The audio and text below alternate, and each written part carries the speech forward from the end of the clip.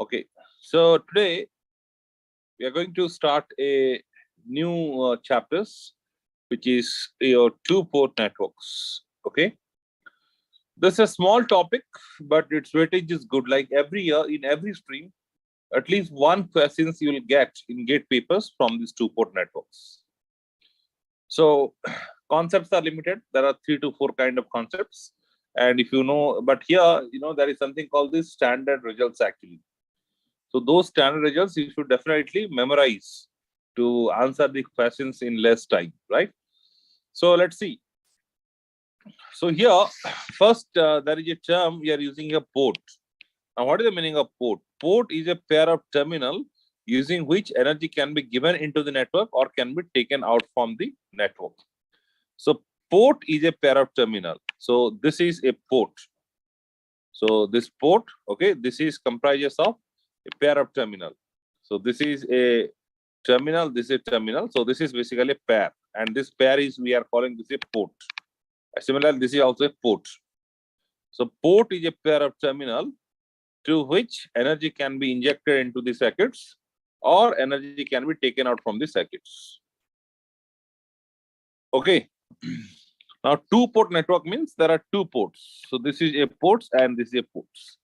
Generally, we call this is the input ports and we call this is output ports. Although these terms are not necessarily to be true, but generally, most of the cases we refer this is input and this is outputs. But here, students, one important fact is the voltage and currents of the ports. So these are some of the standard polarity and the current directions. Okay. So if I'm saying the input ports, the voltage is V1 and current is I1. Okay. But V1, it is strictly with respect to this polarity. So this is actually basically international conventions. So always in the gate exam also, whenever you will not find any polarity and current directions, by default, you'll assume the polarity is top is plus, bottom is minus. Here also same. And the current in the top terminal should enter and the same current should come back. Because like if I1 amount of current is going this way, I1 should come back this way. So if this current is I1, this current will be I1 in this directions. Similarly, here this is V2 and this is I2. So I2 is entering and I2 should come out. Okay. So it comprises of 2 individual ports. The standard voltage, polarity, and current direction of a 2-port network is as shown below. So this you should remember, okay? The voltage, polarity, and the current direction. These are very important ones. Out of 4 variables, that is V1, V2, I1, and I2, out of 4 variables, any 2 can be taken as dependent and other 2 are independent. Okay. So total we can have 4C2, which is 6 number of 2-port parameters such as Z, Y, H, G, T, T. Now, what is the meaning of this actually? So there are 4 variables, right?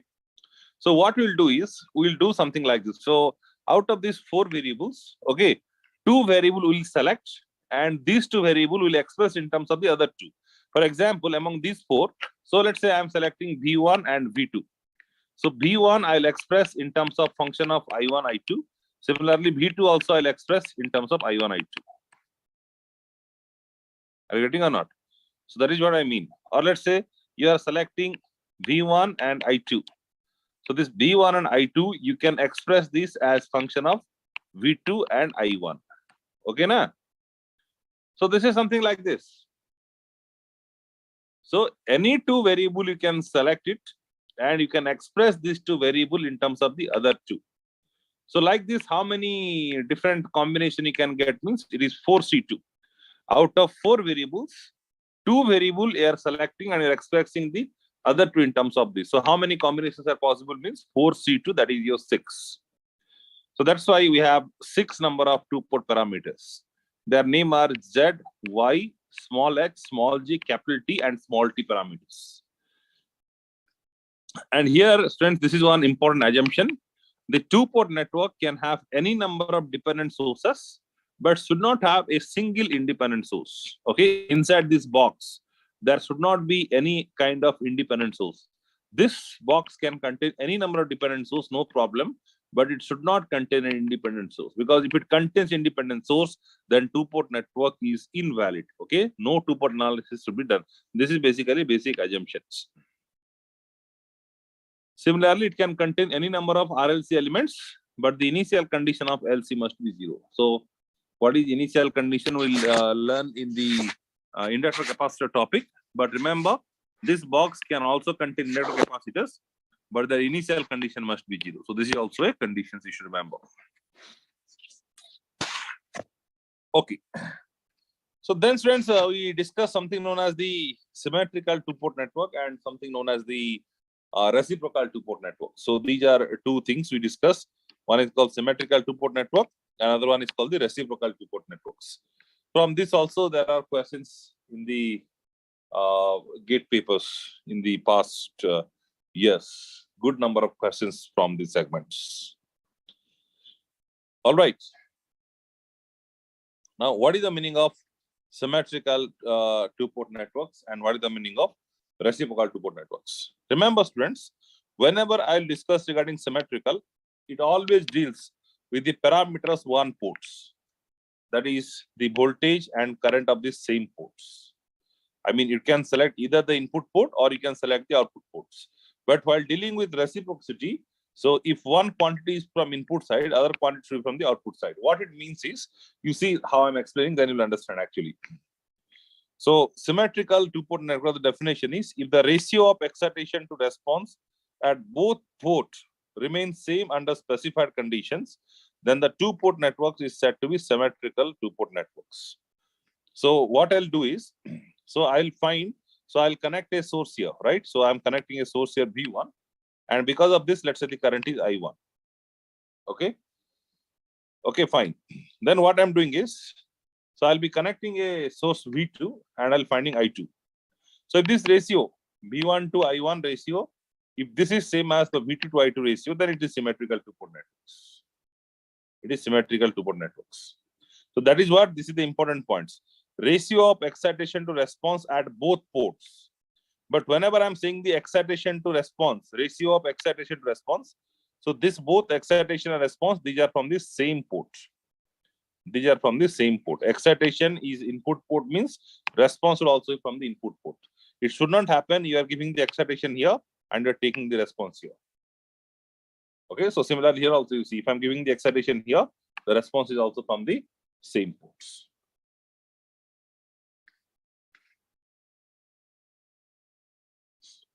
Yes or no? This is what the point is.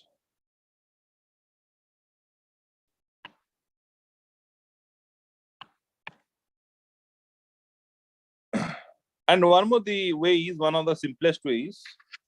So one way we are saying that this ratio should be same, V1 by I1 equals to V2 by 2, or you can say I1 by V1 equals to I2 by V2. So that is what one way you can say. Otherwise, what you can say is, if the networks look symmetrical from both ports, it is said to be symmetrical two-port networks. What it means is, now suppose for example, I am drawing a T networks.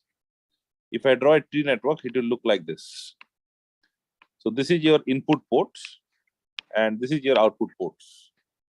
So let's say this resistance value is 1 ohm, this is 2 ohm, and this is 3 ohm. So in this case, if I see what is the in the input side, so I can see this is 1, 3, and 2. But from this side, I can see this is 2, 3, and 1.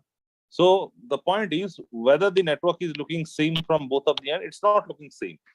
Now what I could do is, instead of making this is 2, so let me make this is 1. If I make it 1, now don't you think the network is looking symmetrical from both of the ports? Yes. So this will by default satisfy these conditions. If the networks look symmetrical from both ports, okay, it is said to be symmetrical networks. Technically, if you want to give the definitions, then this is the definition. Ratio of excitation to response at both ports remains same. But here, students, one more thing I put in the bracket, under specified conditions, short circuit, open circuit. Now, what is the meaning of this actually under specified conditions? It means, you see, that is, when I'm finding the ratio of voltage to current at this port, okay, so this port, I made it open circuits. So while you're connecting the V2 and you're taking V2 I2 ratio, This port should be again open circuits. It should not happen like you are finding the V1 to I1 ratio with this port open, and you are finding V2 to I2 ratio with this port short. That you should not do. I mean, either both should be short, okay, no problem, or both should be open. But one case open, one case short. So that is what you should not do. That is what is the meaning of under specified conditions. Similarly, now, what is reciprocal two-port network? This is something similar to the reciprocity theorem, what we have covered yesterday. So this says if ratio of excitation at one port to response at other port remains same under specified conditions, then the two-port network is said to be reciprocal two-port network. This is the exact condition we said in the last class. If the excitation is voltage, response must be current, and vice versa. Response current is always taken in a short circuit path. Response voltage always taken in a open circuit path. Okay. So here what we do is we'll be connecting a source here V1, and we will find what is this ratio. Because if the input is voltage, then the output should be current. That is what the condition, and that to be that current should be in a sorted path. So if I'm connecting here V1, that this post should be the sort, and I should find this current. So you take V1 to I1 ratio, okay, and then you see how much you are getting here. Here actually, friends, there is a printing mistake actually. This is actually I2, right? This should be I2. Yeah. Yes. The ratio of V1 to I2. This should be same as ratio of V2 to I1. Ratio of V2 to I1. Then the two-port network N is said to be reciprocal two-port network. If V1 by I2 is same as V2 by I1, then the network is said to be reciprocal two-port network. Okay, this is what we said in the last class, right? Excitation. But here, this is the difference. In a symmetrical case, so this both things should be in the same port, right? But here, they should not be of the same port. So that is what the point. Ratio of excitation at one port to response at other port. See this point. One port and this is other port. Okay, so the input is here. Output should not be from here. It should be from other one. Similarly, the input is here. The response should be from this side, not from this side. But in symmetrical case, it should be from both same port. And here, this is the point I have written. If excitation is voltage, the response must be current and vice versa. Current response is always taken as short circuits, and voltage response is taken from open circuits. So this is what we said in the last class in the reciprocal theorems. So students, so there are 6 kind of parameters exist. So what are the 6 kind of parameters? I said Z, Y, G, H, capital T, and small t. Okay. So now I would like to describe each of these parameters. Okay. Z parameter is also known as impedance parameters. This is also known as open circuit parameters. Okay. So Z parameter also known as impedance parameter, or is known as open circuit parameters. So these are actually, students, some of the predefined equations. Okay. These are standard equation. You cannot ask me, sir, why is it like this? So these are some of the standard informations. We should stick into this. In Z parameters, V1 and V2, these are expressed as a function of I1 and I2. So in Z parameter, what happens? V1 and V2. So they are expressed as functions of I1 and I2. V1 and V2, they are expressed as functions of I1 and I2. And this is what the equation. V1 equals to Z11 I1 plus Z12 I2. And V2 equals to Z21 I1 plus Z22 I2. So you can arrange this equation in the matrix forms also. It will look like this, right? So if you have a set of equations, these equations can be arranged in the matrix forms. So you can take this V1, V2 as a column vectors, and I1, I2 also column vectors. And then these coefficients, so this will be coming under a 2 cross 2 matrix. So if I ask you what is V1, so V1 is equals to Z11 I1 plus Z12 I2, these equations. What is V2? Again, this row multiplied with this one. So you get Z21 I1 plus Z22 I2, these equations. Now, what is the condition for symmetry? Condition for symmetry. So there are actually derivations. If you go through some of these textbooks, you'll find the derivations when it will be symmetrical, when it will be reciprocal. By sticking into these definitions, you'll always find the derivation of this in some of the standard books. So in the GATE exam, no one will ask you the proof. So you should be better to memorize this, but you should definitely remember this reciprocity and symmetry condition for all the parameters, because in the GATE exam, I'll show you after some time how many questions are asked based on the symmetry and reciprocity conditions. So in the this is the condition of symmetries. Z11 equals to Z22. This is what are the conditions. And reciprocity condition is Z12 equal to Z21. Okay. So if these two diagonal elements are same, it is said to be reciprocal. That is Z12 equal to Z21. And if these diagonal elements are same, it is said to be symmetrical. Z11 equal to Z22. And student, this is what is its equivalent circuits. Okay. Now, how this equivalent circuit is drawn actually, if you see, so this equation is a voltage equations, and even this is also voltage equations. Now you think yourself, if you want to add or subtract voltage, elements should be in series or parallel. It should be in series, because if they are in series, by KVL, you can say a voltage will be, sum of some other voltages. Because if they are in parallel, the voltage remains same. So to represent these equations, so we need a series network. Because if it is a parallel network, you cannot have this plus sign, right? Because voltage will be same.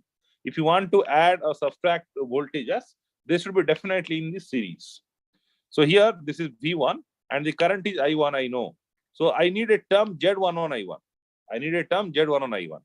So definitely there should be impedance Z11, so that the drop is Z11 I1. And here you see, now this is, the current is I2 here. But because the current is I1 here, I cannot again replace here by a Z12. I cannot replace here by a Z12. And I cannot say that if I'm replacing it by Z12, the current is Z12 I2, because I2 current is flowing in this path. I1 is flowing in this path. That's why, because we cannot have I2 current in this path, to represent this particular quantity, we have taken a dependent source. So you are getting here Z12 I2, the dependent source. Okay. Then coming to V2, V2 equals to Z21 I1 plus Z22 I2. Okay. So here this is V2. So here if I ask you V2 equals to, so the current is I2. So to have this term, you need an impedance Z22. And again, you see this current is I2, but for this you need the current I1. So you cannot have I1 here. That's why you are using a dependent source.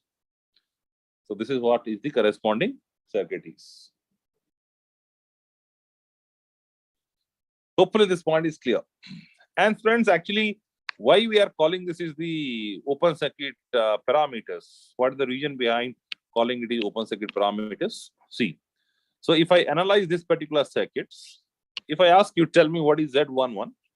So Z11 is nothing but V1 to I1 ratio. So Z11 is V1 to I1 ratio, provided I2 should be 0. Okay, so here I'm writing the conditions, I2 equal to 0. Similarly, Z21 is V2 by I1, provided your I2 equals to 0. So Z21 is V2 by I1, provided I2 equal to 0.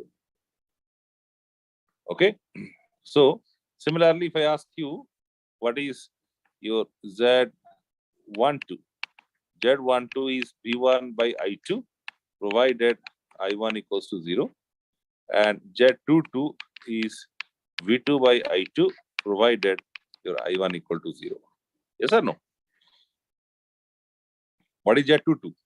Z22 is V2 by I2 if I make this I1 0. Okay, na? So any parameter if I'm finding among these four, so I have to make a current 0. So I mean, if I'm making I2 0, I can find these two.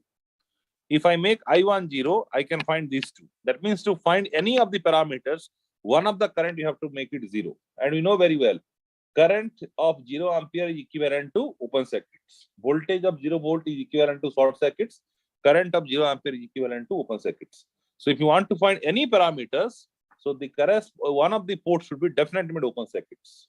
So because you are evaluating these parameters by open circuiting the port, we call this is open circuit parameters. So that is what is the logical explanation. Why is it open circuit parameters? Next thing is the Y parameter. This is also known as admittance parameters, and this is also known as short circuit parameters.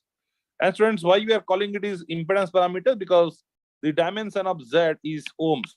See, the dimension of Z is ohms. Okay, so we are calling this impedance because impedance, the unit is ohms, right? This, so that's why you're calling impedance, and Z is basically the standard notation you're using. That's why it is Z parameters. Similarly, Y parameter means this is the standard notations. Admittance means here you will see every Y will be ratio of current to voltage, I by V. That's why admittance parameters. And why we are calling short circuit parameters? Because to find any of these all things, okay, so you have to make the corresponding port short circuit instead of open circuit. So here the condition of symmetry is Y11 equals to Y22. This should be the condition of symmetry. And condition of reciprocity is Y12 equals to Y21. So this is the condition of symmetry and this is the condition of reciprocity. And see students, so these are actually the what? The current equations. Earlier case, individual equations were voltage equations, but now it is the current equations. And if you want to add subtract currents, elements should be definitely in parallel because in series current remains same. You cannot alter the current if the elements are in series.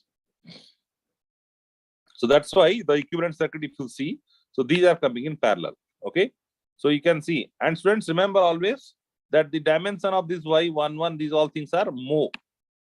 Mho means what? Ohm inverse. Ohm inverse is sometimes written as mho. Sometimes they are calling it is Siemens, right? This is what the dimension is. And symbolical, that denoting by this symbol, reverse of ohms. Okay. So this I1 is equals to, if you see, if you write the KCL at this point,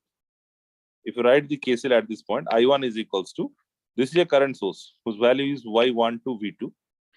And how much is this current? So this current is basically V1 into Y11.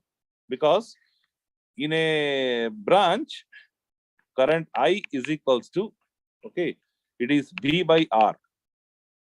And 1 by R is basically Y. So this is basically Vy. So I1 is equals to, so because this is already in the Y format, right? So I1 is equals to, this branch current is the voltage into its admittance, that is V1 Y11, you'll get this term, plus this is a current source whose value is Y12 V2. Similarly, V2 is equals to, so this current will be Y22 V2 plus Y12 V1. And if I ask you, what is Y11? Y11 is ratio of I1 to V1. Okay, ratio of I1 to V1, provided V2 equals to 0. And Y21 is equals to I2 by V1. Again, if I take V2 equals to 0. Okay, V2 equal to 0. This is what is the conditions. Y11 equals to I1 by V1 when V2 equal to 0. Y21 is I2 by V1 if V2 equals to 0. In the same way, what is Y12 if I ask you? Y12 is equals to I1 by V2. Y22 is equals to, this is again your I2 by V2. And when is it possible? If you make V1 equal to 0, this when we are making V1 equal to 0. So to find any of the parameters, one of the port voltage you have to make 0. So if you are making the voltage 0, it is equivalent to short circuits. So while finding any of the parameters, one of the port you have to make short circuits. That is why you are calling this is short circuit parameters. And because the dimension of each parameter is coming the what? Ohm inverse or mho. So that's the dimension of actually admittance. That's why you are calling this is the admittance parameters. Hopefully this is clear. Next thing is, this is called H parameters or hybrid parameters. Okay. So this is the equations. Okay. This is the equations. V1 is equals to H11 I1 plus H12 V2. And I2 is equals to H21 I1 plus H22 V2. So here, if you want to draw the circuits, the first equation is a voltage equation. That's why you are getting a series circuit here. And the second equation is basically current equations. That's why you are getting a parallel circuit here. Okay. So if I ask you what is V1, so V1 is equals to H11 I1 plus H12 V2. V1 equals to H1 I1 plus H1 to V2. Because if they are in series, then only you can add it, right? So V1 equals to H1 I1 plus H1 to V2. And I2 is equals to, this is the current I2. Okay, I2 is equals to H21 I1, this is this one, and H22, this is actually, this will come in the form of admittance. If this is admittance, so the current is basically admittance into voltage, H2 to V2. So this is what is the corresponding term, H2 to V2. And if you want to check what are the dimensions of this, H11, this is basically V2 I ratio, which is ohms. H12, if I ask you, so this is basically V1 to V2 ratio. So if I'm taking the ratio of two voltages, it will be a dimensionless quantity. That's why you can see here I have not given any kind of dimensions. It is simply H12. Next, if I ask you what is H21 dimensions, it is ratio of I2 to I1. So here also there is no dimensions because ratio of two current is, there is no dimensions. And H22, if I ask you, this is I2 by V2. H22 is basically I2 by V2 if I make I1 equal to 0. So I2 by V2 is what? This is basically, again, admittance. That's why the current in this I2 is equals to H21 I1 plus H22 into V2.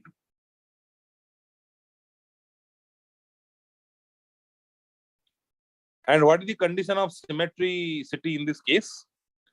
So the symmetricity condition is delta H equals to 1. What is delta H actually? Delta H basically the determinant of this matrix. This is what your H matrix.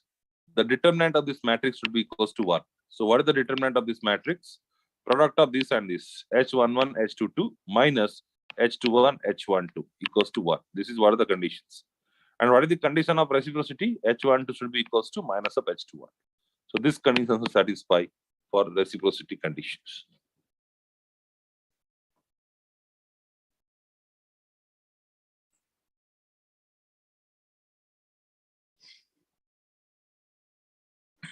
Okay. Now, H is done. Then let us have a look on the G parameters. G parameter is also known as inverse hybrid parameters. Okay. Now the changes here is, students, actually what changes you have to make is, so I think here they have done some mistake actually. Yeah, there's a mistake actually in this. This is actually I1. This is I1. Okay, not V1. This is I1. So this is the equations. So I1, V2. Yeah, here this is written correct way, but here there was a mistake. So I1 is G11 V1 plus G12 I2. So because it's a current equation, its circuit should be parallel. So you can see the input side is in parallel. Second equation is voltage. So it should be in series. And students, if you try to compare the equation of H and Z, the only change what you make is, if you know the H parameter equations, wherever V you make it I, so you'll get the G parameter equation. That means if you know the H parameter equation, this one, if you want to get the G parameter equations, simply you replace every V with I and every I with V. So in this equation, if I replace the V with I and I with V, so you get this will become I1. So this is I1. Then it is this I1 become V1, this V2 become I2.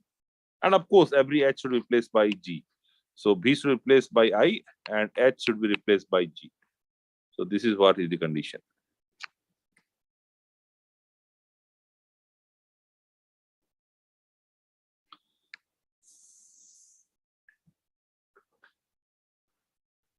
Okay.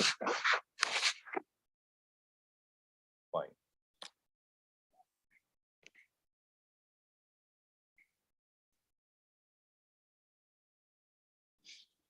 Friends, are you following or not?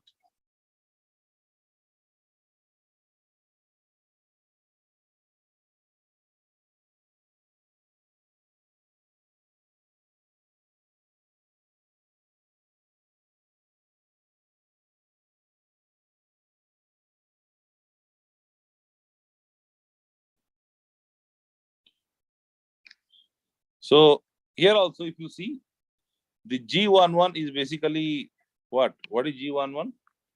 G11 is basically the current to voltage ratio. So the dimension is ohm inverse. G12 is basically current ratio, I1, I2. This is dimensionless. G21 is voltage ratio, again dimensionless. G22 is V2, I2 ratio. So this is ohms.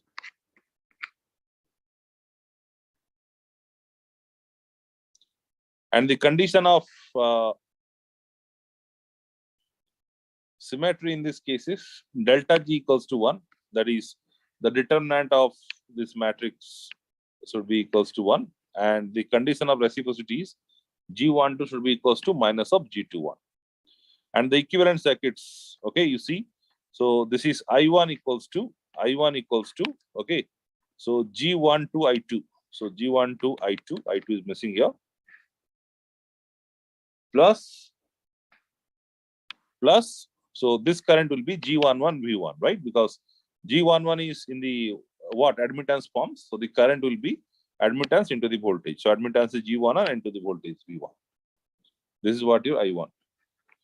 And here this is, you can see V2 equals to G22, I2 plus it is basically G21, V1. Okay. Now let us see this capital T parameters. And capital T parameter is also known as the transmission parameters. This is also known as capital ABCD parameters. Okay, this is also known as capital ABCD parameters. So here, this is something like this. Here, V1 and I1 are expressed in terms of V2 and minus of I2. So the equation is V1 equals to A V2 minus B I2 and I1 equals to C V2 minus D I2. So if you write this in a matrix form, so here you get V1 I2 and here it is A, B, C, D. Okay, and here this is basically V2 and here this is basically minus of I2. This is minus of I2. So what is A? So A dimension is basically ratio of two voltage. Voltage by voltage dimensionless quantity. B is basically voltage to current ratio, which is ohms. C is basically current to voltage, which is ohm inverse. D is basically current to current ratio, which is again dimensionless quantity. So A and D are dimensionless. There is no dimension of A and B. A and D, okay. So B dimension is ohms and C dimension is ohm inverse. So here the condition of symmetry is A equals to D. So here if this and this are same, then it is said to be symmetrical networks. And the condition of reciprocity is delta T equals to 1. Delta T equals to 1 means AD minus BC should be equals to 1. AD minus BC equals to 1. This is the condition of reciprocity.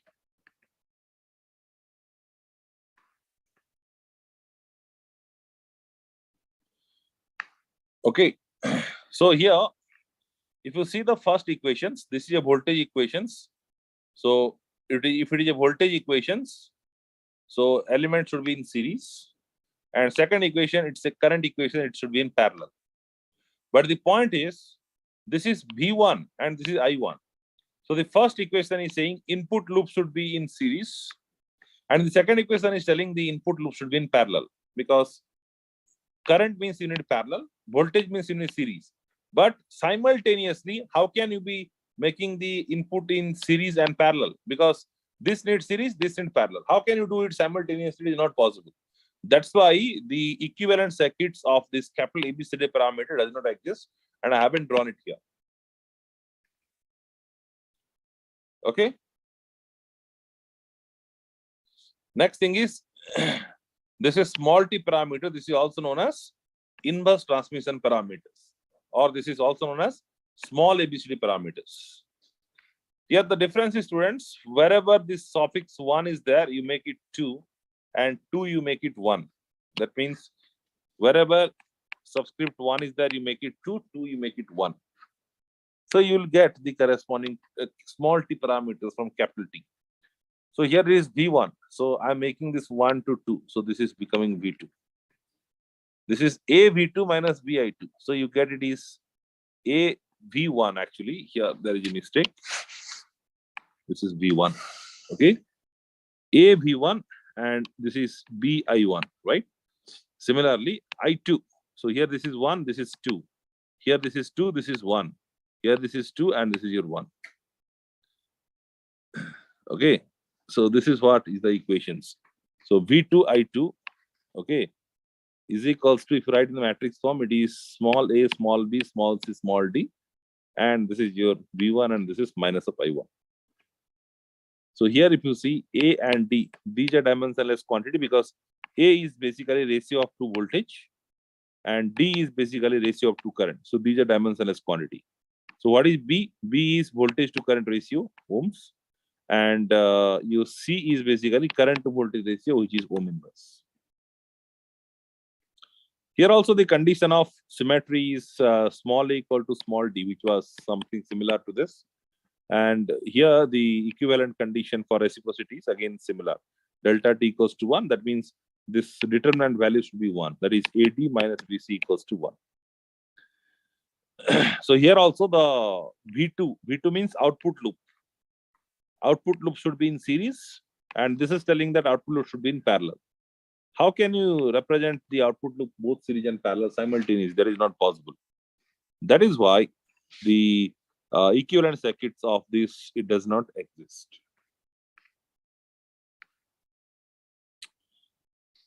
All right, students. So this is what is the description of all these 6 kind of parameters. I said there are 6 kind of parameters, and these are what the description of all these 6 kind of parameters. Now there is a concept called interconnection of two-port networks.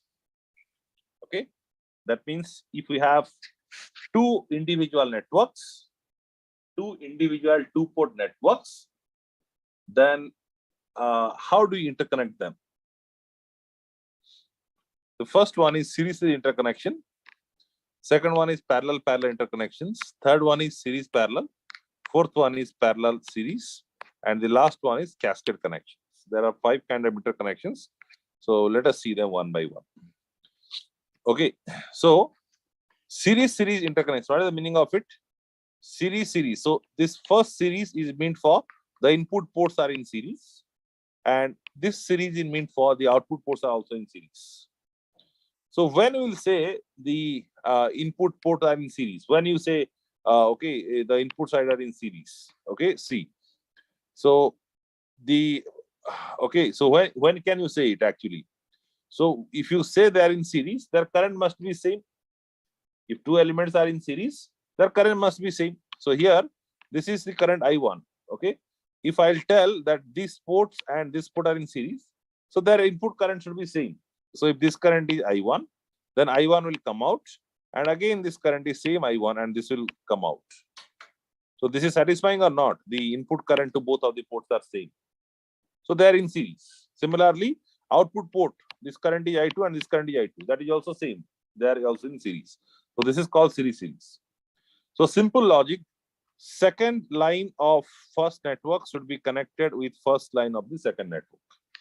This is nothing but the second line of the first network. This is nothing but the first line of the second networks. Okay. Same story here also. Second line of the first networks. This is first line of the second networks. So this should be connected. This should be connected this way. In this case, you can get the equivalent Z parameter by adding their individual matrix. In other words, suppose Z1 is given by K1, K2, K3, and K4. Z2 is given by K5, K6, K7, and K8. Then Z will be given by Z1 plus Z2. Now, what is the meaning of Z1 plus Z2? If you want to add these two matrix, so it is like point-to-point additions. So this becomes K1 plus K5. Next element is K2 plus K6. Next element is K3 plus K7. And the next element is K4 plus K8. Okay. So it turns out if two-port networks are connected in series configurations, their individual Z matrix can be added to get the overall Z matrix. That means this entire thing, which I am now highlighting in these blue markers. So this entire networks can have the two-port Z parameters, okay, which is this Z1 plus Z2. So individually, there are two-port networks. But equivalently, if you see this outer boundary, it is looking like a single two-port network, right? And you can find the Z parameter of the single two-port networks by adding their individual Z matrix. So this is how it is.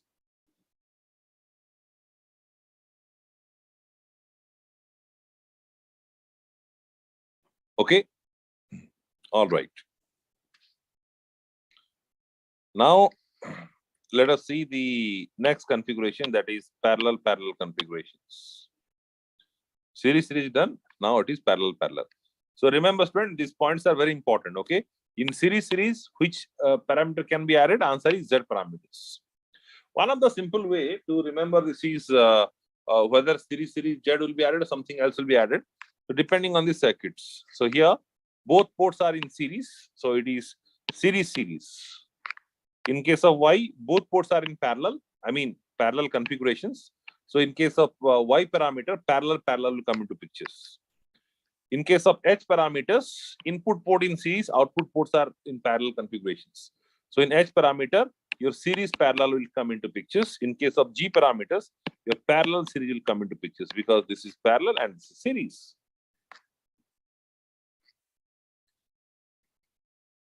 Now this is the parallel interconnections. In parallel interconnection, two individual two-port networks are connected in parallel. That means input port should be in parallel and output should also be in parallel. Now, what is the property of parallel? In parallel, voltage remains same. Okay. Now, what we are doing in this case is the first line of the first network is connected to first line of the second networks, right? Like this. Similarly, second line of the first network is connected to second line of the second networks. As a consequence, now if you're applying this voltage V1, so that means what? If this node and this node are sorted, and this node are sorted, that means this point is same as this point is same as this point. That means if you're applying any voltage here V1, the same voltage V1 is getting applied here also, because this port and this port are equivalent to these two ports. So voltage, if you're applying at this port, so it is equivalent like you're applying the same voltage to this port as well. So that is what we mean by parallel. In parallel, voltage remains the same. Is the story in the output side also. Here also I'm saying parallel. So parallel means again the first line and connected to first line, second line connected to second line. So here also these points are sorted means this is the, and this point are sorted means if I'm applying the voltage V2 here, the same V2 will be applied here also. Okay. Now these two-port networks, okay, can be replaced by a single two-port networks, and you can get its Y matrix by adding their individual Y matrix. Like here, you can get the equivalent Z matrix by adding their individual Z matrix. In this case, you can get the equivalent Y matrix by adding their individual Y matrix. So like this point-to-point wise addition you have to make. The third case is the series parallel interconnections. Now, what happens in the series parallel interconnection is, now series parallel means input side should be series, output side should be in parallel. So series means again something similar to this. Okay. So series means the current should be same. Parallel means voltage should be same. So series means this is how the connections. In case of Z parameters, we have seen this is the series connections. And in case of Y parameter, we have seen this is how the parallel connection looks like. So input ports in series, output ports in parallel. So whenever you have series parallel configurations, so this two-port network can be replaced by a single two-port network like this, and you can add its corresponding individual H matrix to get the overall H matrix. And one more configuration is parallel series. Parallel series means input ports are in parallel and output ports are in series. So you see here, this is the parallel configuration we have seen, and this is series configuration we have seen. So whenever they are in parallel series configuration, you can add their individual G matrix to get the overall G matrix. And lastly, the last connection is cascade connections. Remember, students, so whenever two-port networks are in cascade, if you know their capital T matrix or the small t matrix, you can multiply them to get the overall capital T matrix, or you can multiply them to get the overall small t matrix. So whenever elements are in parallel, and if you know their corresponding capital ABCD matrix or small ABCD matrix, you can multiply their capital ABCD matrix to get one complete ABCD matrix. Similarly, you can multiply their small ABCD matrix to get the equivalent ABCD matrix. Okay, so what are the application of this? We'll see after some time. But let's see. Do you want to see some questions? From this also, there are, at least 5-10 questions I can show you in the gate papers, which you can easily answer by referring this. Okay, all right. See here. Yeah, you try to answer me. This is electronics, 1998. What is the answer of this question? What is the answer of these questions?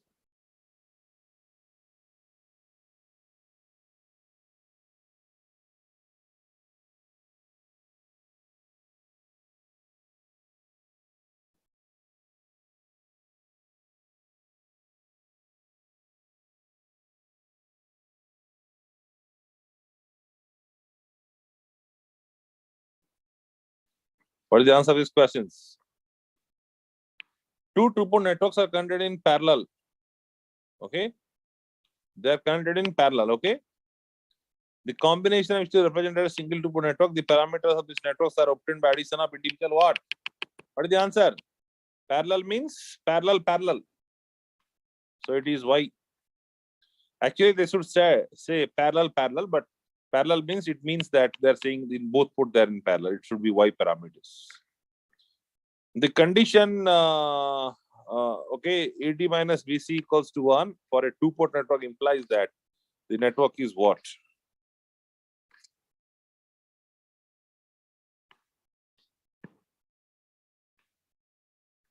Yeah.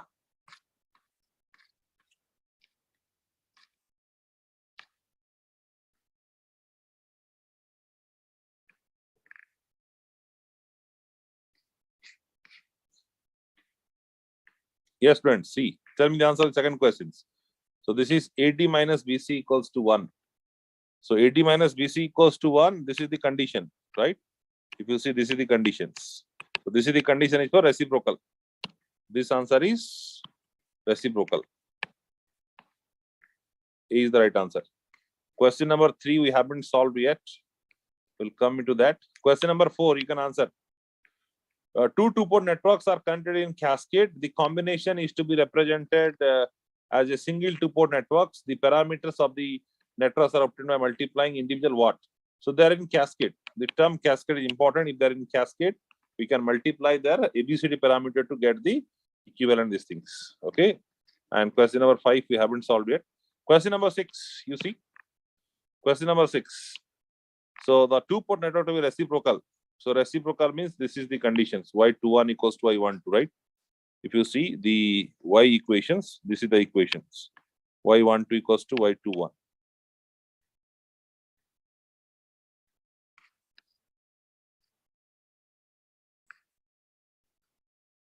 Question number 6 answer is option B.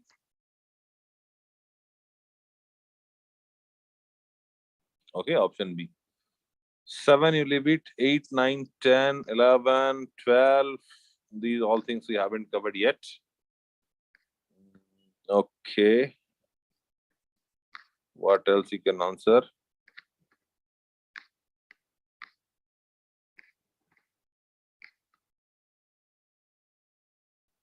This 32 you can answer. If the network is reciprocal, then which condition should be satisfied in a T networks? So in a T networks, I have shown you the reciprocal means this condition AD minus BC equals to 1. That is basically delta T equals to 1. The determinant of this is equals to 1. The answer is D. The answer is definitely D. 32. Answer should be D. Yes or no? Like this, see, there are so many theory questions. Okay, how many questions you have answered now? I think 5 questions at least. So this two-port network is a small topic, but its weightage is good.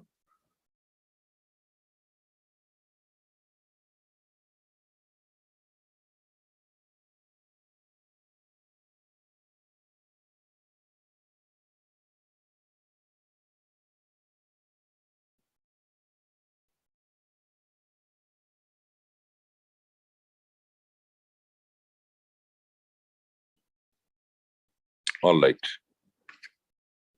Fine. Having said this, students, there is the next concept. So let me complete this theory actually. So if this theory is done, then I'll tell you, we'll go into the problem sessions. Okay. So this is basically conversion of two-port networks. So what is expected here is we need something like this. So suppose G matrix is known to me. I know the G matrix. This is known to me. Somebody asked me what is the T matrix. So G matrix is given. What is the T matrix? Or let's say Z matrix is given. Somebody is asking me what is the H matrix. Something like this. Okay. So such kind of situations we can easily handle if we learn this conversion of two-port networks. Like in the digital, you have learned how to convert the one flip-flop to other flip-flop, right? It is something similar to that. You have one parameters, you want to get some other parameters. You can do this by manipulating the equations. But friends, here certain things I'll tell. This is what we learn actually in a detailed way. But before that, these are some standard informations and easy to memorize also. So let's have a look on this. Remember, Z and Y matrix are inverse to each other. Okay, Z and Y matrix are inverse to each other. I can tell that Z and Y, they forms a pair. Similarly, capital H and capital G forms a pair. Similarly, your capital T and small t forms a pair.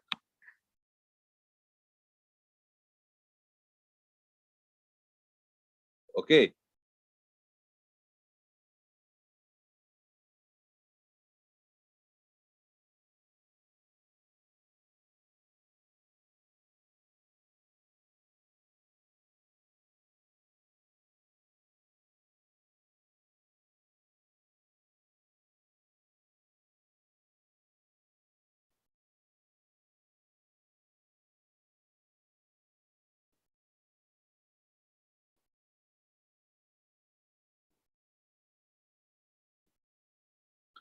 All right.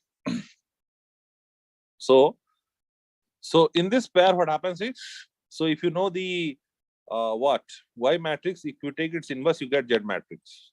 So Z equals to I inverse or Y equal to Z inverse. Similarly, H equal to G inverse or G equals to H inverse. So Z and Y are related with inverse relations.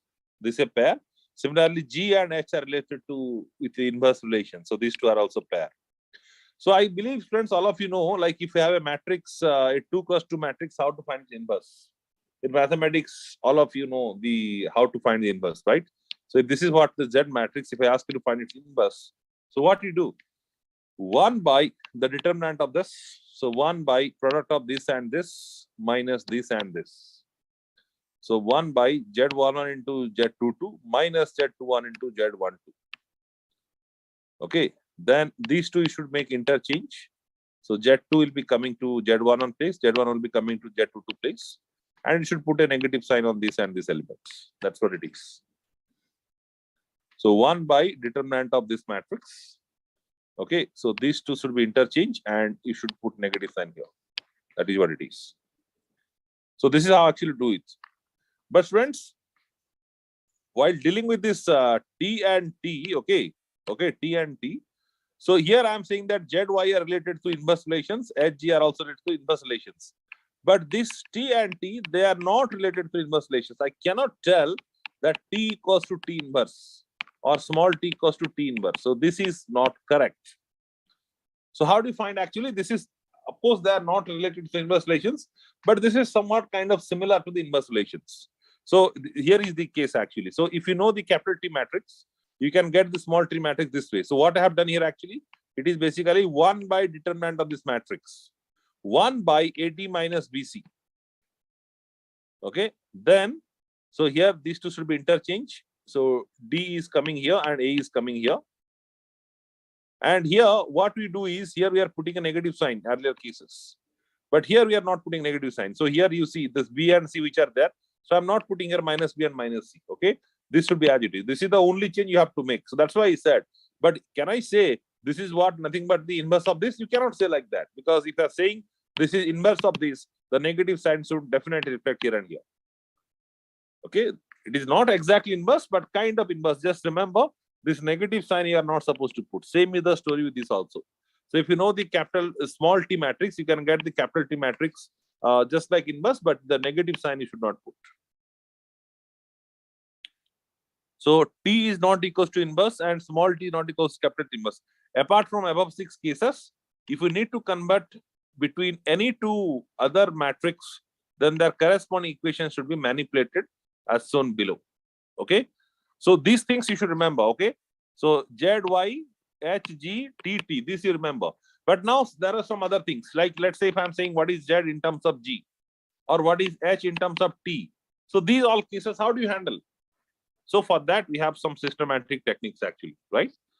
So we'll learn this, okay? But meanwhile, let us go for a 5-minute break, and after the break, we'll continue with this again.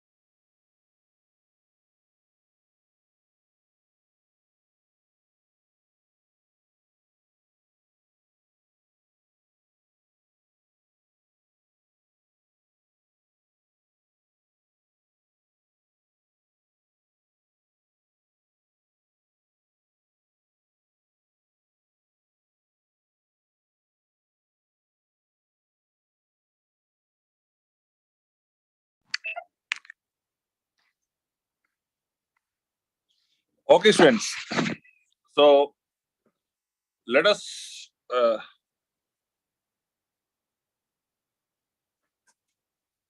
see this conversions of this category, right? Which we haven't covered yet.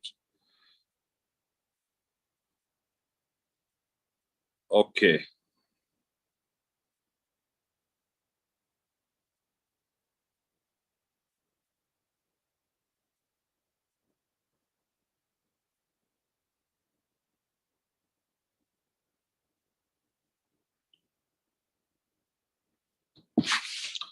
So here the question is express Z in terms of H parameters. Okay.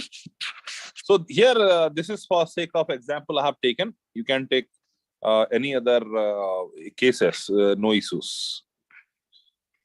So what we do is, so actually my final answer should look something like this. So this is what my final answer should look like. So Z11 equals to, so like this. So Z in terms of H, Z in terms of H, Z in terms of H, Z in terms of H.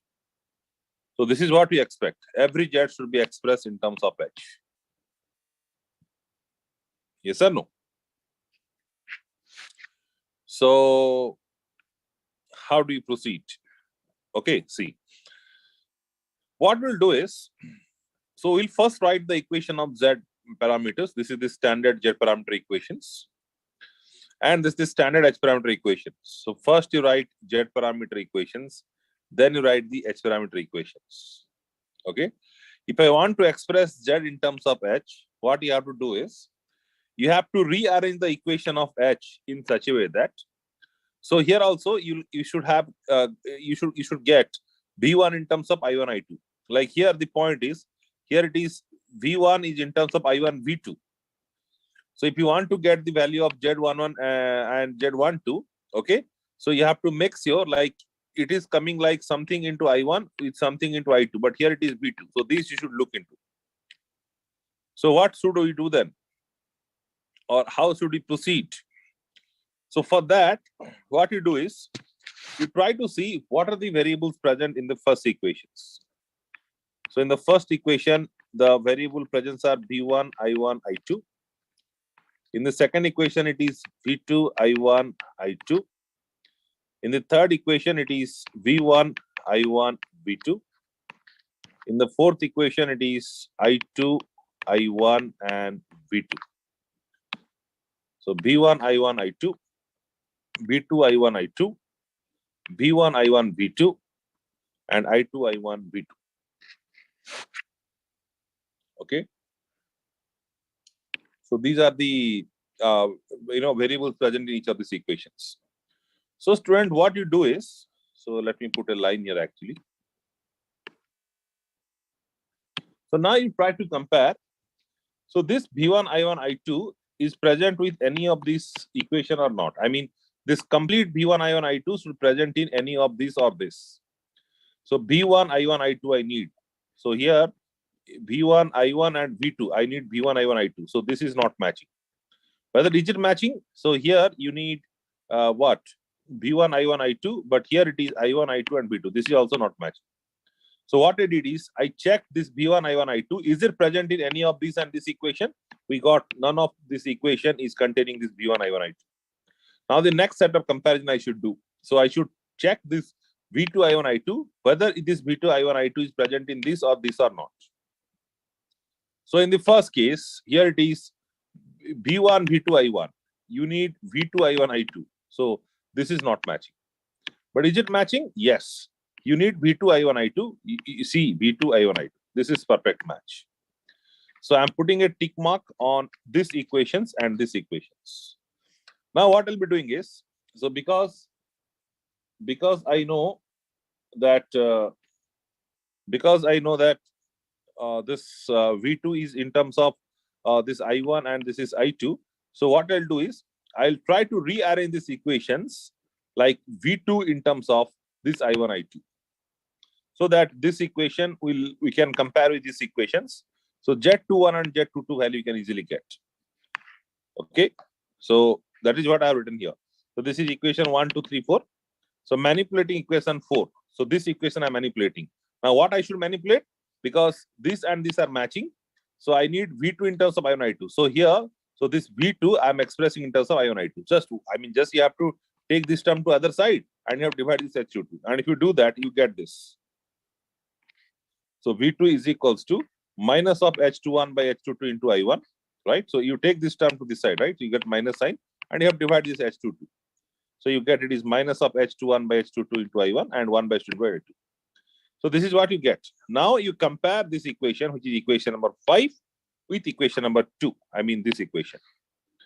So this equation should be compared with these equations. Now if you compare these equations, Z21 is equals to this equation, this term, minus H21 by H22. And Z22 is equals to 1 by H22. Okay, na? This is what the thing is. Now what you do is, so actually we have to get 4 parameters actually. So basically now with these comparisons, we got 2 parameters, Z21 in terms of H and Z22 in terms of H. But what about Z11 and Z12? What about Z11 and Z12? How do we get it? To get it, what we have to do is this equation, okay? Which equation? Which you got, this V2 you got, right? So this you substitute in this equation, which is not yet manipulated. So we already among these two, you have already manipulated this or not? We have already manipulated this. But this equation is not yet manipulated. So this equation is substitute here. Now what is the benefit if I substitute it here? So if I substitute it here, so here this equation is V2 in terms of ion I2. So if you are replacing this V2 in terms of ion I2, so this overall equation is now B1 in terms of ion I2. So this you can compare with this first equation. And you can easily get the value of Z1 and Z12. That is what is the plan. So substituting equation 5. So this equation in equation 3. So this equation you substitute in this equation 3. So what you get? You get V1 equals to H11 I1 plus H12 V2. So H12 in place of V2, I am substituting it here. And if I simplify this, so this is what I am getting. And what is delta H? Delta H is basically H11 into H22 minus H12 into H21. This is nothing but the determinant of the H matrix. Okay.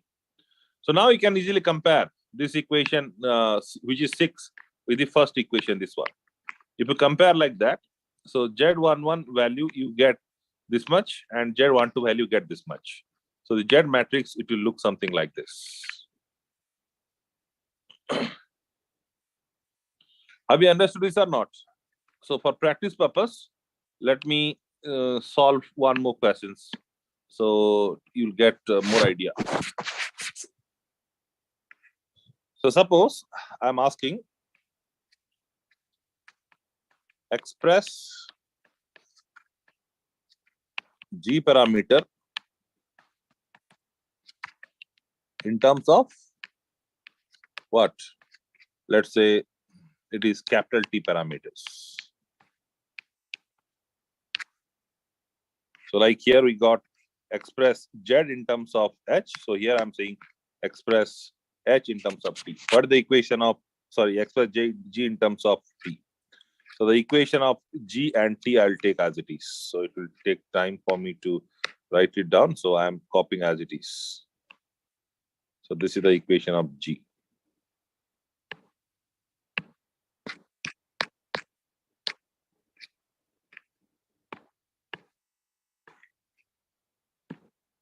Okay. And you need the capital T equation. So where is capital T equation? This is, yeah, this is your capital T equation.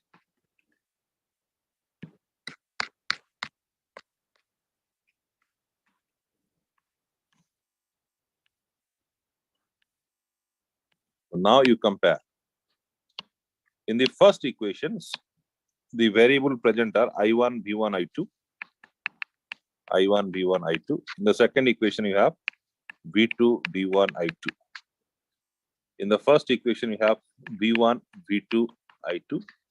In the second equation, you have I1, V2, and I2.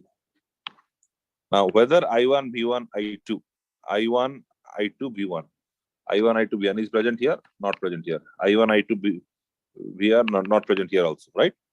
I1, V1, V2. You need I1, V1, I2. So you need I1, you need I2. This is matching. And then B1 is also matching, but this I1 is not matching. So this and this comparison, this is failing. Now this is matching with this. So I1 is present. Okay, all right. So I2 is also present, all right. But B1 and B2, these are mismatching. So again, this set is not present here. So gone. Then now you can check this. So here you need B1, B2, I2. So yes, here it is present. So here and here this will not match. Anyway, at a time, out of how many comparison we have to make? 4 comparison. This with these two, this with these two. So out of 4, 1 comparison will match. Always remember. So B2, B1, I2. If I'm checking, so here this is matching. So I'm putting a tick mark on this equation and putting a tick mark on this equation. So what I'll do is, so this equation now, I'll try to express V2 in terms of V1, I2. V2 in terms of V1, I2. So here, what I'm doing is, V1 is equals to A V2 minus of B I2. So, so I need to have this kind of thing, right? So here, that means A V2 is equals to V1 plus B I2. A V2 is equals to V1 plus B I2. So what is your V2? So your V2 is basically 1 by A into B1 plus B by A into I2, right? So now you see this equation, you can compare with this equation. If you compare with this equation, so G21 value, you are getting it is 1 by A, and G22 value, you are getting this is B by A. Okay, you got this. Now what is the next task? So this equation which you got, okay, so this V2 equation. So this equation you have to substitute in the other equation. Which equation? This equation. So this equation you substitute here. What is the benefit of this? If you are substituting this V2 equation in this equation, so the entire equation, what are the variable you'll get? So that will match with this equation and you can make comparison. So let us do that. So I1 is equals to CV2. So that is C by A V1 plus BC by A I2. So that is what we mean by CV2 minus of DI2, minus of DI2. So this is C by A B1 plus BC by A minus D into I2. Is that fine or not? So this is what is the value of I1. So now you compare this equation with this equation. If I do that, the value of G11, so this value, something multiplied with V1 is this one. So this is C by A, and your G12 value is this quantity. So this quantity, if you take LCM, this is A, so this is BC, and this is your AD. Okay. But friends, here, one thing we should be careful. There is some minus sign game is happening here, right? We should be careful. Let me check in the first equation whether we have done correct or not. So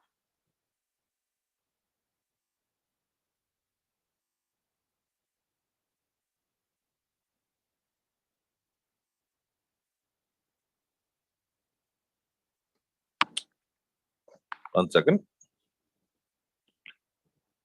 Yeah, fine, absolutely fine. So no problem. Yeah, what I'm doing is correct. So G12 is equals to, so if I'm comparing, so if I take LCM, so this is basically BC minus AD by A. So BC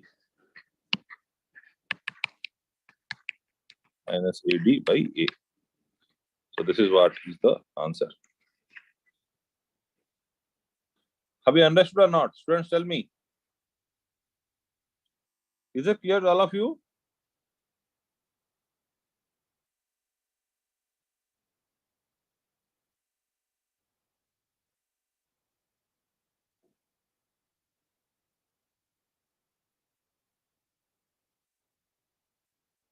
Yes or no?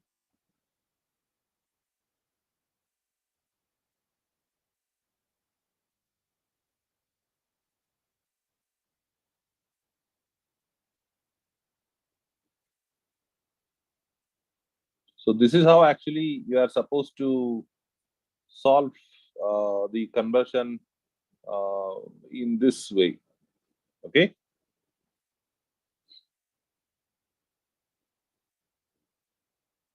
All right. This is how we deal with conversion of parameters. So now let us concentrate on two-port network of some standard circuits. So two-port parameter of some standard circuit. So this is how we want to focus now. Okay. So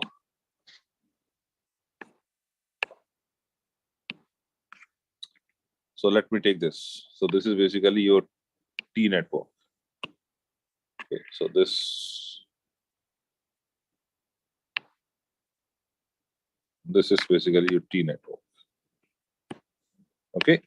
And for this T network, my requirement is to get the Z matrix. So the question is, I have to get what the Z matrix of this. Actually, students, there are two ways actually. How can you do this? So if you need Z matrix, you need the equation should look something like this. That is B1 is equals to Z11 I1 plus Z12 I2. This is the first equation. Second equation is V2 is equals to Z21 I1 plus Z22 I2, right? Like this. So you need the equation should look like this in this circuit as well. So for that, so this voltage is V1, this voltage is V2, this voltage is, this current is I1 and this current is I2. One of the simple and straightforward ways, okay, so here, okay, so this current is I1, this current is I2. So I can tell that this current is your I1 plus I2. Now let us write a KVL equation in this path. Let us write a KVL equation in this path. If I do like that, so what I get in the first loop? So B1 minus ZA into I1 minus ZB into I1 plus I2 equals to 0. So B1 is equals to ZA plus ZB into I1 plus you get ZB into I2. So this equation, if we compare with this equation, okay, so what is the meaning then? The meaning is Z11 is coming ZA plus ZB and your Z12 is coming ZB. So this is same as this one. This is same as this one.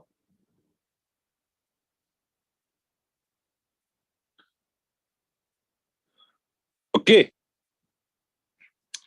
Similarly, you can also write such equation in this path. If you do that, so how it will look like? So this will be V2 minus ZC into I2 minus ZB into I1 plus I2 is equals to 0. So this implies V2 is equals to ZB into I1 plus ZB plus ZC into I2. If you make the comparison of this equation with these equations, so ZB is equivalent to Z21 and ZB plus ZC is equivalent to Z22, right? So this is what actually, right? So this is what actually I have written here. So Z11 is ZA plus ZB, right? This is what we got. This is what is ZA plus ZB. Z12 is ZB. So here it is ZB. Z21 is ZB. So this is ZB, and Z22. So this is basically ZB plus ZC. Okay. So here actually, but if you get questions in the exam, you are not supposed to do such derivation for these simple T networks. So remember how to memorize this Z matrix. So Z11 is sum of these two. Z11 is sum of these two, that is ZA plus ZB. Z22 is sum of these two, which is Z plus ZC. And Z12 and Z21, that is the middle elements. Remember always. Z11 is sum of these two, Z22 is sum of these two, and your Z12 and Z21, that is always this middle element. So that is what it is. You have to memorize like this. Suppose if I ask you, tell me what is the Y matrix, you can take the inverse of this. So we have already seen Y equal to Z inverse. If you take inverse of this, you will get its Y matrix.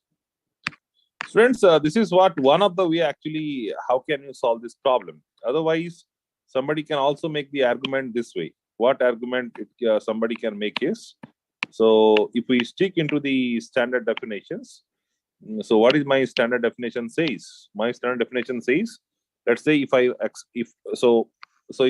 in these equations, so let's say if I'm making I1 equal to 0, if I make I1, so if I make I2 equal to 0, okay? So if I make I2 equal to 0, let's say, so what is the consequence? If you make I2 equal to 0, this term is gone to 0, and this term is also gone to 0. So you will get the value of Z11, which is B1 by I1. Similarly, you will get Z21, which is V2 by I1.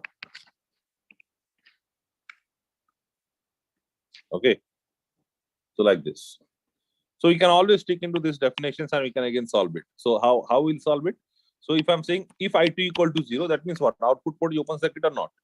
So this circuit, if I draw it again, I mean, if I refer this circuit again, so your I2 equal to 0. So this port is permanently open circuits. So this I2 current is 0. So this current is 0. So if I2 current is 0, so definitely this current is I1 only. If I'm sticking these definitions, if I2 0 means what? So this is open circuits. So I2 0 means this current should be definitely equals to this current, which is I1. Now, if you write a equation here and you write a equation here, so that will give you the value of these two, Z11 and Z21. So if I,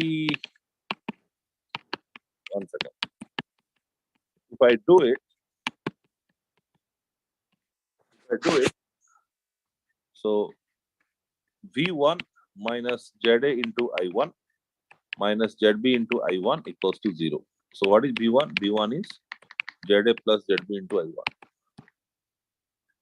B1 is ZA plus ZB into I1.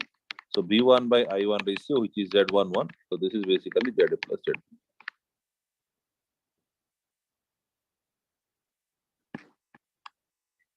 Okay. So this is the same answer we got in the previous method also. Similarly, if I ask you what is V2, so if I write a KVL here, so it is V2, this drop is 0 minus ZB into I1 equals to 0.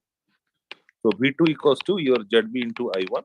So V2 by I1, so which is Z21, so that happens to be ZB. So the same answer you got ZB. So this we got ZA plus ZB, and this we got ZB. But in the previous method, we got it in a much easier way compared to this. So now again to get the remaining two parameter, that is Z22 and Z12, you have to make this port open circuits. So this current will be 0 and I2 will flow now. So again, you have to write two equations to get these values. So you get the remaining two parameter. That is also one more way. Which method is easy, students? The first one or second one? Which is much more convenient to handle? Tell. Which is convenient to handle? First method or second method? Ultimately, your goal is, if you are expecting what is the Z parameter, ultimately your goal is the equation should look like V1 in terms of I1, I2, V2 in terms of I1, I2. Any way you do that, so your job should be done. I believe most of you will say the first method is good. First method is good. Okay. All right. So this is what all about your T network. Okay. Similarly, we have this pi network. Okay, this is one by pi network.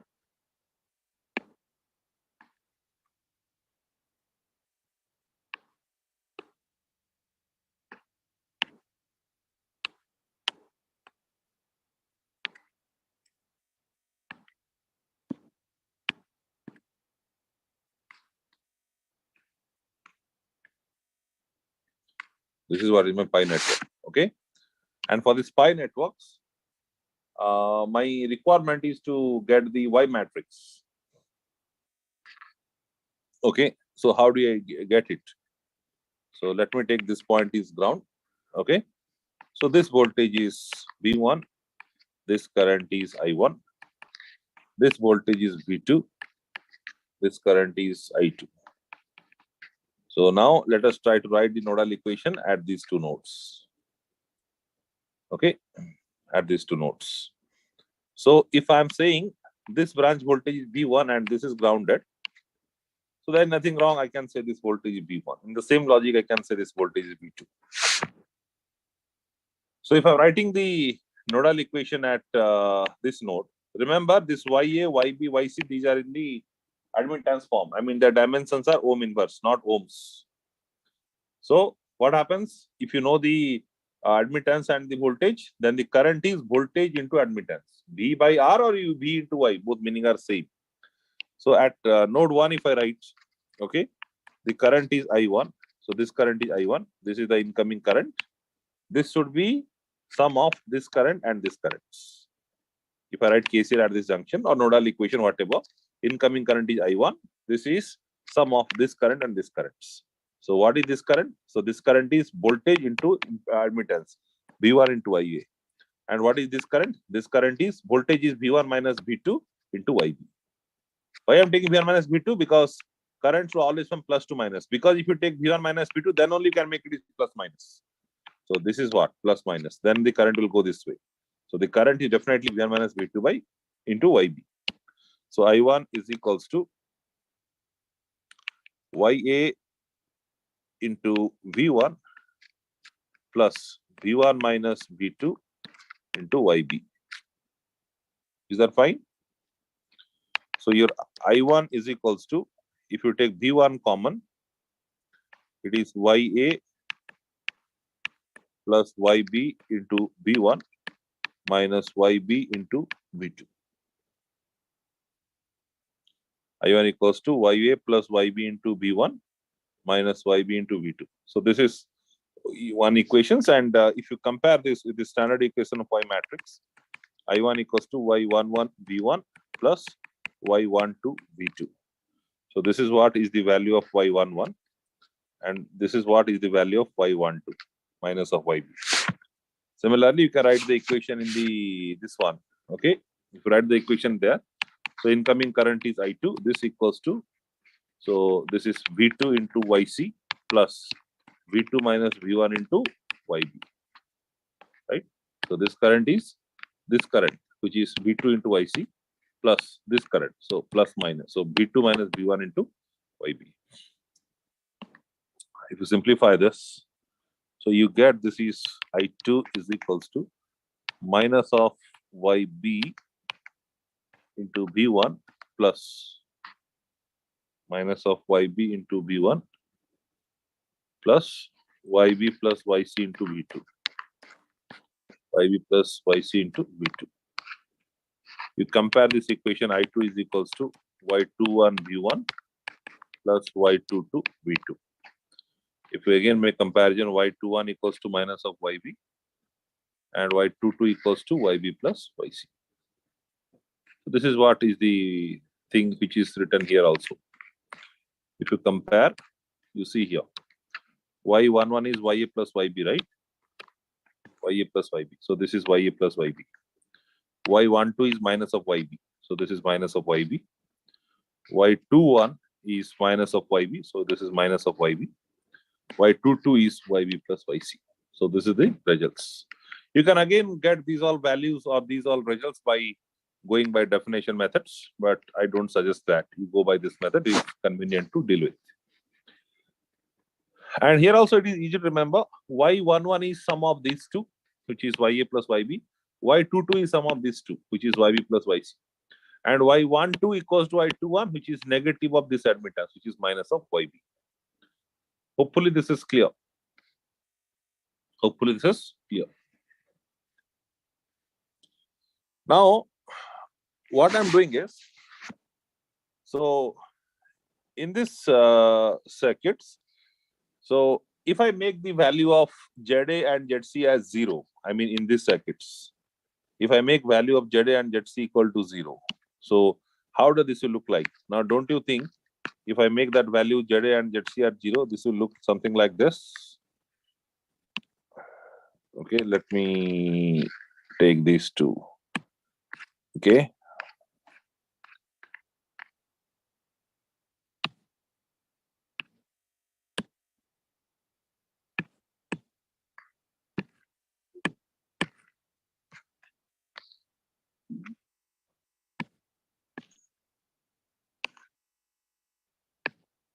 Okay, na? See.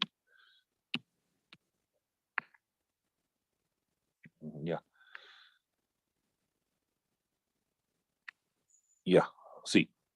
Now, in this particular circuits, let us make the value of ZA 0 and ZC 0 and ZB equal to Z. Then what is going to happen? So I'm saying that you make this is 0, you make this is 0, and you make value of ZB as Z. This you make at Z. So of course, this circuit will be looking something like this, because impedance of 0 ohm is equivalent to short circuit. We know that. So ZA if I make 0, so this will be sorted. ZC if I make 0, this will be sorted, and this is Z means. So this circuits will look exactly like this. Now, if I ask you what is Z matrix of this, so in these results, you simply substitute the value of ZA 0 and your ZC 0 and ZB equal to Z. So if you substitute ZA 0, so this is and ZB equal to Z. So this is Z, this is anyway Z, this is Z, and this is ZB plus ZC. ZB is Z and ZC is 0. So this is again Z. So that means if I ask you what is the Z matrix of a vertically mounted impedance, which is vertically mounted like this, its impedance matrix is all Z, Z, Z, Z, Z. Yes or no? It is Z, Z, Z, Z. But if I ask you what is the Y matrix of this, then Y matrix will not exist. Why Y matrix will not exist? Because Y equal to Z inverse.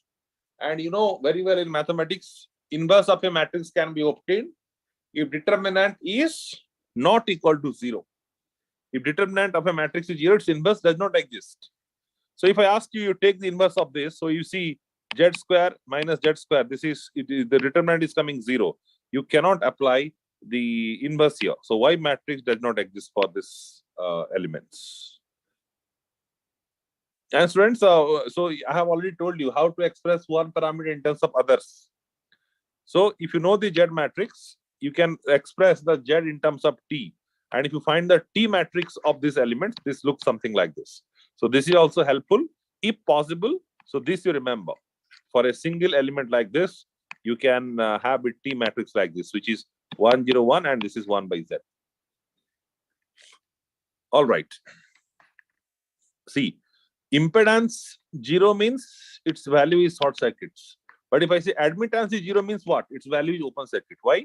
Because if I'm saying the admittance is 0, so it is basically 1 by R is 0, right? So R is basically infinite, which is open circuits. So whenever I'm saying that a admittance value is 0, it means it is open circuits. In other words, what I'm trying to tell is you make the value of YA 0, you make the value of YC 0, you make the value of YB as Y. So what will happen? If you are making this value 0, this will be open circuits. If you make this value 0, this will be open circuits. And this will be simply Y. So the circuit will look something like this. The circuit will look something like this. Okay. So if I ask you what is the Y matrix of this, if I denote this is Y, okay. So what I did, I am saying that I'll make YA 0, I'll make YC 0. So admittance 0 means open circuits. And I'll make YB value as Y. So if I do like that, so this circuit will exactly look like this. And if I ask you what is the Y matrix, so the Y matrix will be, so you substitute here. So in this equation, if you substitute value of YA as 0 and YB as Y, so you get this term is Y and this term is minus of YB. So YB is Y. So you get this is minus of Y, this also minus of Y, and this will be again Y. So this is how it will look like. And if you want to express this in terms of Z, you know very well Y equal to 1 by Z. If I'm replacing every Y by Z, so you get this is 1 by Z. This is minus Y means minus 1 by Z. Minus Y means minus 1 by Z, and Y means it is 1 by Z. Okay. So here Z matrix will not exist, because again, if you try to find its determinant, it is coming 0 and its inverse will not exist, because if you know the Y matrix, to get Z matrix, you can have its what? Inverse. So inverse will not exist in this case.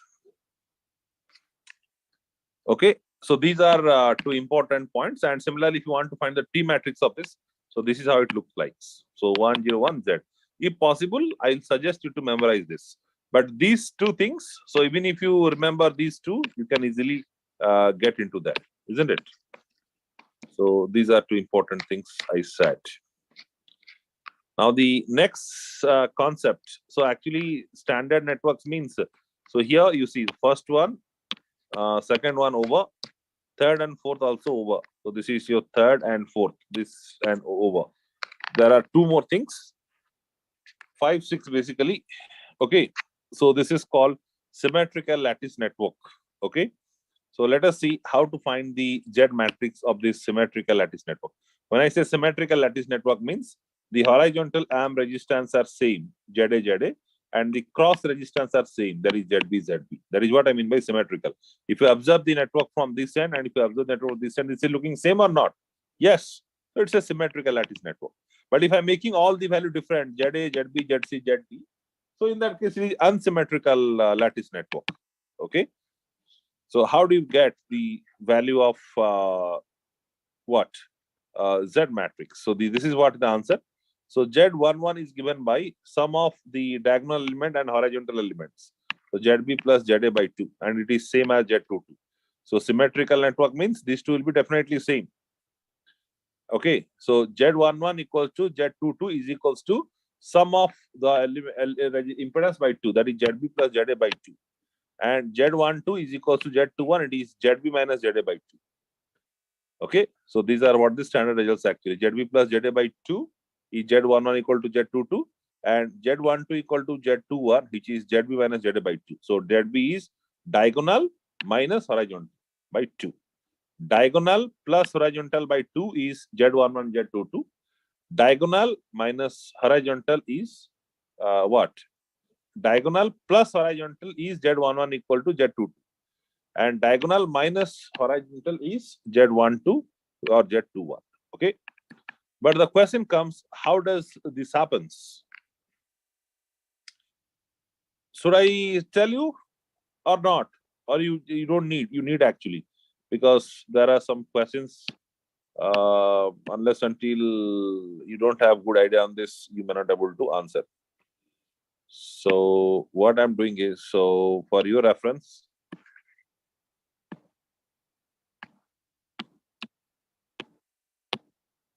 okay. So this is V1, this is V2, this is I2, so this is I2, this is I1, so this is your I1.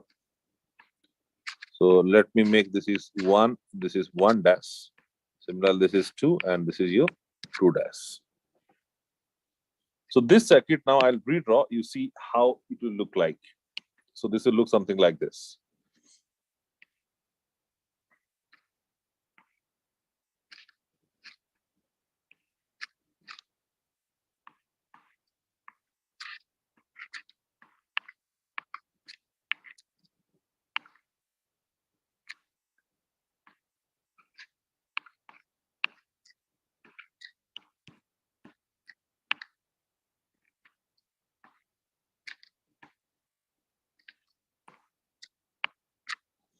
Okay, so if I'm denoting this by 1, 1 dash, this is 2 and 2 dash. Okay, now see carefully. This ZA is between 1 and 2. This ZA is between 1 and 2. So between 1 and 2. So this is your 1, this is your 2, right? So this is ZA. So this ZA is between 1 and 2.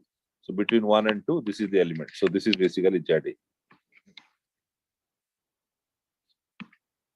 This is basically 2 and 1 dash. This is 2, this is 1 dash.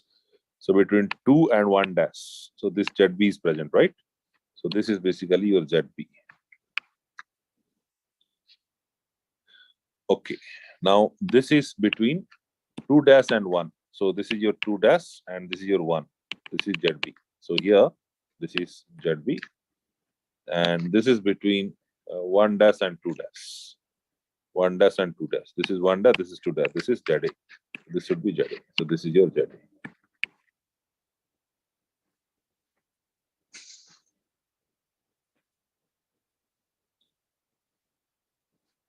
Yes or no? Fine. So this is what the circuit is. Now in this case, I would like to go by what? By definition approach. That means, so let's say if I'm making I2 equal to 0. If I'm making I2 equal to 0, so you get the value of Z11, which is V1 by I1. You get the value of Z21, which is V2 by I1. Okay. So I2 should be 0. I2 should be 0. So I2 is 0. So this voltage is your V2. This voltage is your V1. This current is your I1. This current is your I2. So this is what in general true.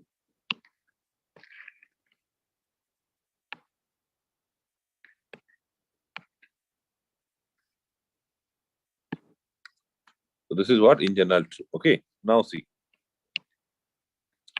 So I know this current is 0. I know this current is 0. Now this is, you assume that we have a voltage here V1. You can think of it's a voltage source value V1. And because of this current is I1. Now this current I1 is coming here. And at this junction, there are two paths. Because if this current is I1, so this current should also be I1. So how does this I1 will divide? So this I1 will divide in two paths. One way it will go this, other way it will go this, and it will merge here to get this I1. But here, if this current is getting divided into two paths, so this path resistance is ZA plus ZB, and even this is also ZA plus ZB. Do you agree or not? This is your ZA plus ZB, this is also ZA plus ZB.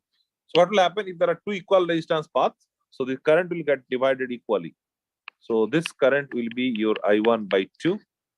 This current will be your I1 by 2. Even this current is I1 by 2. And even this current is also I1 by 2. Okay. Wherever current enters, plus 2 minus, wherever current enters, plus 2 minus, wherever current enters, plus 2 minus, wherever plus 2 minus. So now you write a KVL equation and this mess. You write this path. If you write like that, what you get? V1 minus ZA into I1 by 2 minus ZB into I1 by 2 is equals to 0. So V1 is equals to ZB plus ZA by 2 into I1. V1 is equals to ZB plus ZA by 2 into I1. So basically V1 by I1, whose value is Z11. So this is coming as ZB plus ZA by 2. Okay, so this is what we said. So Z11 value is ZB plus ZA by 2, and this is how it happens. Now what you do is, instead of writing the KVL in this mass, now you write the KVL in this mass or in this mass. Anyway, so if you do like that, so let us say I'm writing in this path. So what is the equation you're going to get then if you're writing like that? So the equation would be V1, V2. V2 plus, because I'm going this way, right? So minus to plus means plus, plus to minus means minus. So V2 plus ZA into I1 by 2 minus ZB into I1 by 2 equals to 0. If I simplify this, so V2 is equals to ZB minus ZA by 2 multiplied by I1. So basically V2 by I1, so which is Z of 2, 1. So this happens to be ZB minus ZA divided by 2. Divided by 2. So Z11 is ZB plus ZA by 2 and Z21 is ZB minus ZA by 2. So Z21 is, this is what Z21, this is what is your ZB minus ZA by 2. So you got these two. Similarly, you carry out this task. Okay, so this current is 0 now.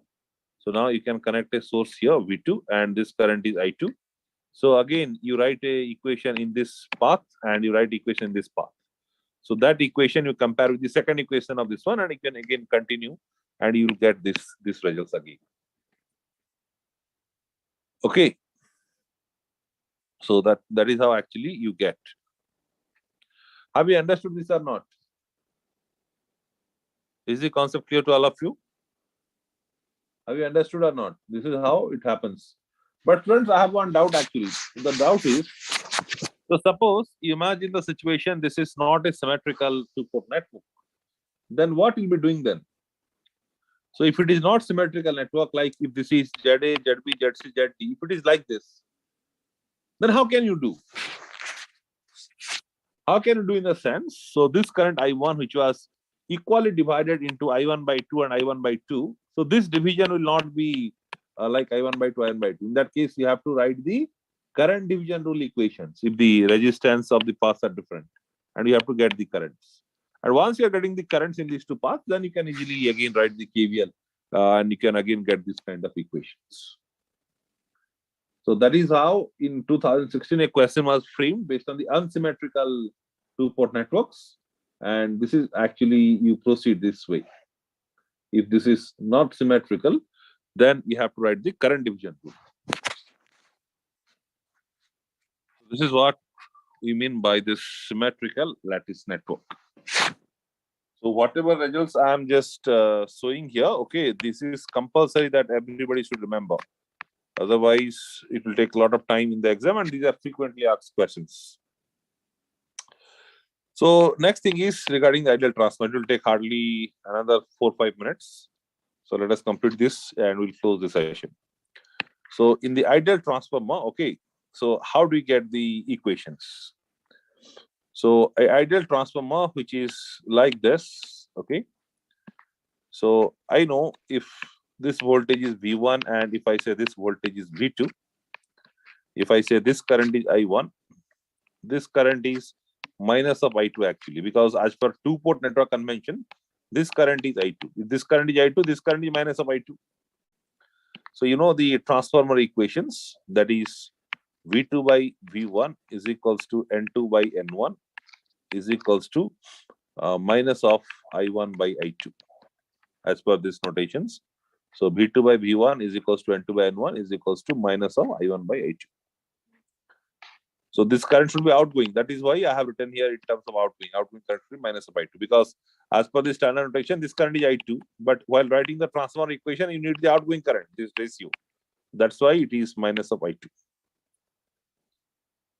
Okay, so let us, for convenience, so let us assume that this value of N2 by N1 is N. So if I denote this by N, so I have two individual equations. I can say V2 by V1 is equals to N, or I1 by I2 is equals to minus of N.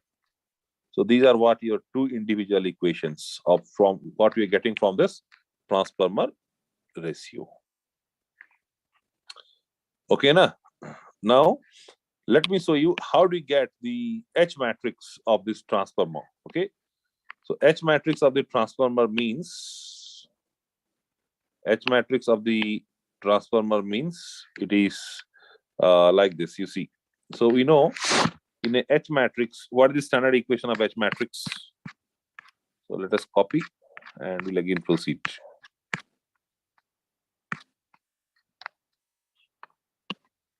This is what is your standard H matrix equation, right?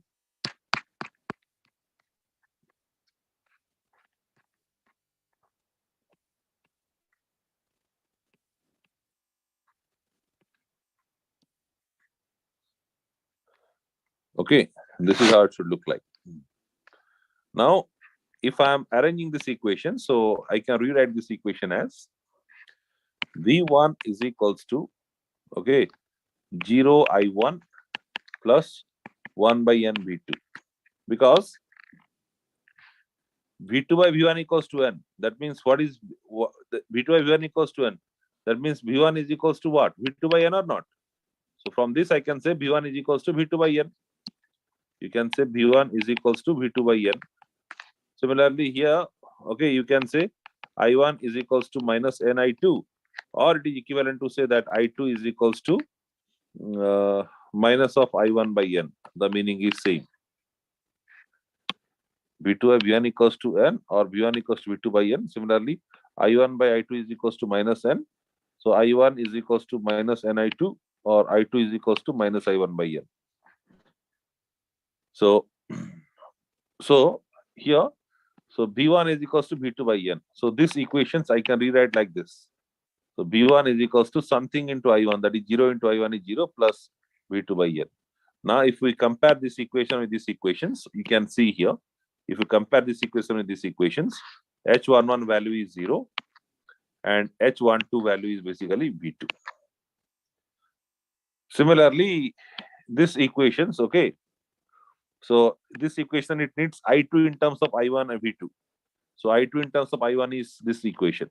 So I can say, I can rewrite this equation as I2 is equals to minus of 1 by n into I1 plus it is 0 into V2. If I make comparison, H21 happens to be this quantity and H22 happens to be this quantity. Now you see, this is what is the result actually we got. Okay. So H matrix is 0. So yeah, this is 0. Then it is 1 by n. 1 by n. So n I have written it is n2 by n1. So 1 by n should be n1 by n2. So here you are getting n1 by n2.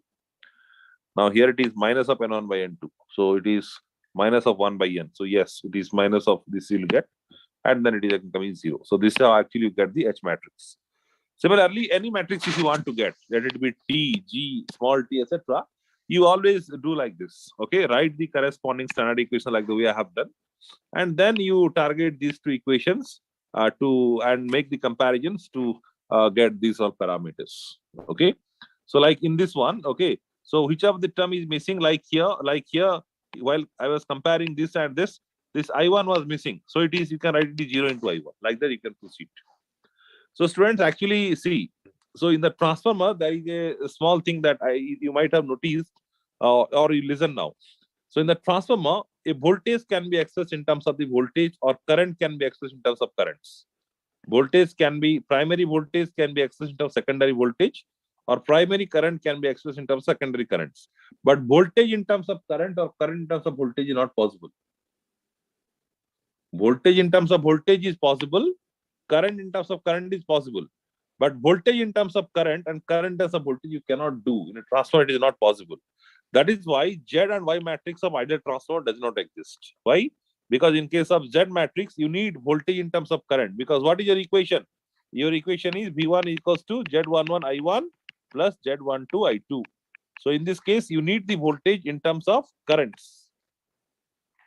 Similarly, in case of Y, you need current in terms of voltage. So that is, there is no scope of voltage in terms of current or vice versa in the transformer. So that is why the Z and Y matrix of ideal transformer does not exist. So this is also one of the important points. So many times in the GATE exam, this question has been asked. So Z and Y of transformer does not exist. And students, lastly, okay, so if I ask you what the T matrix of this and this, you can see. So I can think of this circuit is basically cascade combination of these two individual two-port networks. So this is a individual two-port network. This is a individual two-port networks, and these two are in cascade. So you know the T matrix of this. You know the T matrix of this. How you know? Because this is how we studied now, na? That is why actually I have given this T matrix of a vertically mounted impedance is this, and T matrix of a horizontal mounted impedance is this. So it is easy to find the T matrix using those logics. So I have done that way, and then I have multiplied, because in the interconnection of two-port network we have seen, whenever two-port networks are in cascade, you can multiply their individual T matrix to get the overall T matrix. So for this is the T matrix. For this is the T matrix. You multiply both of them, you'll get this. This is what? Nothing but the T matrix of this entire network. Similarly, in this case, this is a two-port network. This is a two-port network, right? So this T matrix is this two matrix is this. So both are in cascade. Multiply this, you'll get this. This is what the T matrix of this. Okay, so fine. So I'm closing this session here today. Tomorrow we'll focus only on the question parts. So hardly 1 more hour is necessary to complete 2 ports, and then we'll switch into something else. Thank you. I'm closing the session here today.